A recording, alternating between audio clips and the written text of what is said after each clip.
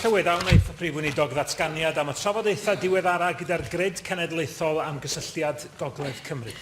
Mae swyddogion yn cael trafodaethau rheolaidd ar grid cenedlaethol am amryw o faterion, gan gynnwys y prosiect arfaethedig ar gysylltiad y Gogledd, sy'n mynd drwy'r broses y gorchymyn caniatad datblygu ar hyn o bryd, a mae Llywodraeth Cymru wedi cyflwyno ei sylwadau ar gyfer y broses hon. Diolch yn fawr iawn am i hoffwn ni gymryd y cyfle yma i ddymuno'n dda i'r Prif Weinidog yn ei sesiwn holi ola i diolch am i gwrteisi yn ystod y 5 mlynedd a hanner diwethaf at y gwestiynau ar ran fy etholwyr i. Oedd etholwraig o ardal Star Geirwen yn ei dagra ar y ffôn efo'n swyddfa fi ddoe fel mae'n digwydd yn teimlo bod hi dan warchau dan gynlluniau'r grid. Dyna'r teimlad sy'n an Ynys Môn.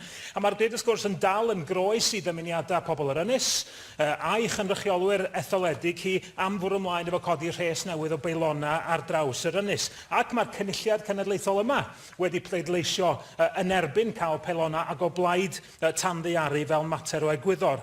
Rwan, newch chi ofyn i'ch swyddogion rwan yn y fforwm yma fel un o'ch gweithredoedd ola fel Prif Weinidog i gysylltu, i sgwennu at yr arolygaeth gynllunio i annog gwrthod caniatáu y Peilonau yma a hefyd i ysgrifennu at ofgem fel dwi wedi wneud yr wythnos yma i fyny bod rhaid i'r grid roi ystyriaeth go iawn i roi i gwifra ar bont newydd dros y Fenau'n hytrach na thyllu twnnel ar gost o bosib 200 miliwn o bunna. Mi fyddai'n arbed arian i Lywodraeth Cymru drwy gael cyd-fuddsoddi yn y bont ac yn arbed arian i'r grid a lle wedyn gael ei fuddsoddi mewn tanddaearu.